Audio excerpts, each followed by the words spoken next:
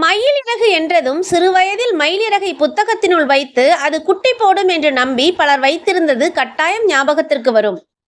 மயில் கடவுள் முருகனின் வாகனம் என்பதால் அதன் இறகை புனிதமானதாக கருதி பலரும் தங்களது வீட்டு பூஜை அறையில் வைத்திருப்போம். ஆனால் இந்த மயில் இறகு பல தோஷங்களை நீக்கும் என்பது தெரியுமா?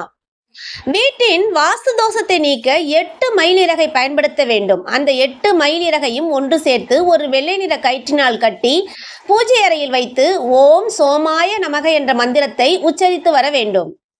சனி தோஷம் நீங்குவதற்கு 3 மயிலிறகை ஒன்று சேர்த்து கருப்பு நிற கயிற்றினால் கட்டி சிறிது பாக்கை நீரில் போட்டு அந்நீரை தெளித்தவாறு ஓம் சனீஸ்வராய நமக என்று 21 முறை உச்சரிக்க வேண்டும். நகை மற்றும் பணம் வைக்கும் அலமாரியில் ஒரு மயிலிறகை வைக்க வேண்டும். இதனால் அந்த அலமாரியில் செல்வம் அதிகம் சேர்வதோடு நிலைக்கவும் செய்யும் என்பது ஐதீகம்.